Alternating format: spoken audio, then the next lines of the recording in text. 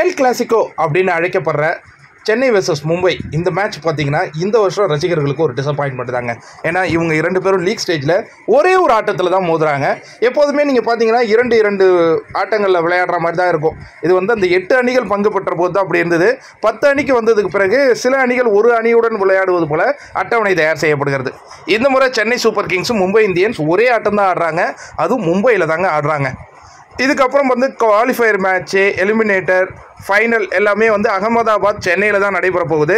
அப்போ தோனி மும்பையை எதிர்கொள்கிறார், அதுவும் மும்பையில் தான் எதிர்கொள்கிறார். அப்படிங்கும்போது மும்பையில் தோனிக்கு இது கடைசி மேட்சாக இருக்குமோ அப்படின்னு ரசிகர்கள் பதட்டம் அடைகிறாங்க. ஏன்னா தோனி ரிட்டையர் ஆவார்னு சில விஷயங்கள் பேசப்பட்டாலும் போன ஆண்டே அவர் ரிட்டையர் ஆவார்லாம் பேசப்பட்டுச்சு. அதற்காகவே ரசிகர்கள் ஒவ்வொரு முறையும் மைதானத்திற்கு வந்து தோனி என கூச்சலிட்டார்கள். ஆனால் தோனி வந்து ரிட்டையர் ஆகலை.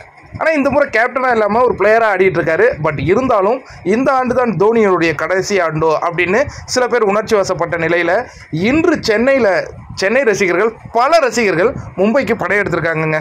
இந்த மேட்சை நம்ம நேரடியாக பார்க்கணும் அப்படின்ட்டு. தோனி ரிட்டையர் ஆவார் நீங்கள் நினைக்கிறீங்களா? இதே கேள்வி ரோஹித் சர்மாட்ட கேட்கும்போது அவர் சொன்னார், நான் கூட ரிட்டையர் ஆனாலும் ஆகிடுவோம் போல இருக்குங்க, அவர் ஆடிக்கிட்டே தான் இருப்பார் அப்படிங்கிற ஒரு விஷயத்தெல்லாம் சொல்லியிருந்தார். அது காமெடியாக சொல்லியிருந்தார். பட் எனிவே இது தோனி இந்த ஆண்டு தான் அவருக்கு ஐபிஎல் கடைசி ஆண்டுனா இது அவருடைய கடைசி மேட்சாக இருக்கிறதுக்கு வாய்ப்பு இருக்குங்க. அதுவும் அவருக்கு பிடித்த மும்பை வாங்கடை மைதானத்தில் அவர் தோல்வியோட விரும்பவே மாட்டார். ஏன்னா அங்கே வேர்ல்டு கப்பை வின் பண்ணி கொடுத்தவர். கண்டிப்பாக சக்ஸஸ்ஃபுல்லாக முடிக்கிறதுக்கு பார்ப்பார். இந்த பக்கம் பார்த்தீங்கன்னா வேர்ல்டு கப் டீமில் யாரெல்லாம் இடம் பெறுவாங்க அப்படின்னு பரவாயில்ல பேசி நடந்துகிட்டு இருக்கும்போது சிவம் துபேவுக்கு ஒரு வாய்ப்பு கிடைக்கும் அப்படிங்கிற மாதிரி ஒரு எதிர்பார்ப்பு. அதுக்கு என்ன காரணம்னா அவருடைய பவர் ஹிட்டிங். அவர் பாட்டு நின்ன இடத்துலேருந்தே ஒரு பாட்டுக்கு தூக்கி 6 அடிக்கிறாரு. வேர்ல்டு கப்பில் அவர் யூஸ்ஃபுல்லாக இருப்பார். ஆனால் அவர் ஆல்ரவுண்டர் வரிசையில் வைக்கிறாங்க. நீங்கள் யோசிச்சு பார்த்தீங்கன்னா அவர் பவுலிங் போடுவாராம். நம்ம அதை பார்த்ததே இல்லையே. பெங்களூருக்கு ஆடும் போதெல்லாம் பவுலிங் போடுறாங்க. ஆனால் அவர் பவுலிங் போட்டாலும் 20 ரன் 30 ரன் அடிச்சுடுவாங்க. பெரிய பவுலர் கிடையாது.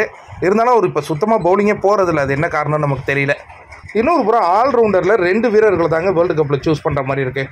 ஒன்று வந்து ஹார்திக் பாண்டியா, இன்னொன்று வந்து ரவீந்திர ஜடேஜா. இவங்க ஆல்ரவுண்டர் வரிசையில் போவாங்க அப்படின்னு சொல்கிறாங்க. பார்ப்போம். சிவம் துபே மிக எக்ஸ்ட்ரானரியான திறமையை இங்கே வெளிப்படுத்தும் பட்சத்தில் தான் அவருக்கு கிடைக்கும். ஒருவேளை ரிங்கு சிங் இடத்துல அவர் வந்து களமிறக்கப்படலாம். ரிங்கு சிங் போன சீசன்லாம் கலக்கினார். இந்த சீசன் அவரும் ஒரு பெரிய பங்கெடுப்பை கொடுக்கல அப்படிங்கிறதுனால அவரையும் கழட்டி விட்டுருவாங்களா அப்படின்னு தெரில. இதெல்லாம் ஒவ்வொரு மேட்சினுடைய முடிவு. ஏன்னா இது வேர்ல்டு கப்பு ஏறுங்கிறதுனால. இன்னொன்று வேர்ல்டு கப் எப்பெல்லாம் வருதோ இந்த தினேஷ் கார்த்திக் ரொம்ப சூப்பராக விளையாடுவார். அவர்கிட்ட ஏமாந்து அவர் டீமில் எடுத்துடாதீங்கய்யா. ஏன்னா போன 2020 வேர்ல்டு கப்புக்கு அவர் எடுத்துகிட்டு போய் ஒன்றுமே அங்கே ரன்னே அடிக்கலை. நம்ப முடியாது. தினேஷ் கார்த்திக் வேண்டாம். ரிஷப் பண்ட் வராரு. கேஎல் ராகுல கூட அதுக்கு யூஸ் பண்ணிக்கலாம். சஞ்சு சாம்சன் இருக்கார். நிறைய விக்கெட் கீப்பர் பேட்ஸ்மேன் இருக்காங்கங்க. தினேஷ் கார்த்திக்லாம் வேண்டாம் அப்படின்னு ரசிகர்களே சொல்கிறாங்க ஒரு பக்கம். நீங்கள் என்ன நினைக்கிறீங்க? தோனியுடைய கடைசி மேட்ச் வெற்றிகரமாக முடிப்பாரா வாங்கடையில்? மும்பை அணியை பார்த்தாலும் ஒரு பிரம்மாண்டமான அணியாக தெரியுதே. அஸ்வின் சொல்லியிருக்காரு அவர் ஒரு இன்டர்வியூவில், ஏங்க மும்பையில் வந்து முதல் 3 ஓவர்கள் கொஞ்சம் ஸ்விங் ஆகுமா, அதற்கு பிறகு ரன் வேட்டை தானாங்க. அதனால் அங்கே வந்து இப்போ தீபக் சாகரும் பத்திரானாவும் விளையாடல. போன மேட்ச் பார்த்தீங்கன்னா 2 மேட்சாகவே விளையாடல பத்திரானா. இந்த மேட்ச்சுக்கு அவங்க வருவாங்க அப்படிங்கிற ஒரு எதிர்பார்ப்பு இருக்குது. தீபக் சாகர் வந்தார்னா சப்போஸ் செகண்ட் பேட் பண்ணுறவங்களுக்கு தான் இதில் வெற்றி வாய்ப்பு அதிகம்னு வச்சிங்களேன். மும்பை ஃபஸ்ட்டு பேட்டிங் ஆடி தீபக் சாகர் வந்தார்னா 3 ஓவர் ஸ்விங் ஆகும் இல்லையா. ஃபஸ்ட் ஓவர் 3rd ஓவர் அவர் வந்து கொஞ்சம் விக்கெட்டுகளை எடுத்து மும்பையை திறனடிக்க ஒரு வாய்ப்பு இருக்குது அப்படின்னும் பேசிக்கிறாங்க. பார்ப்போம்.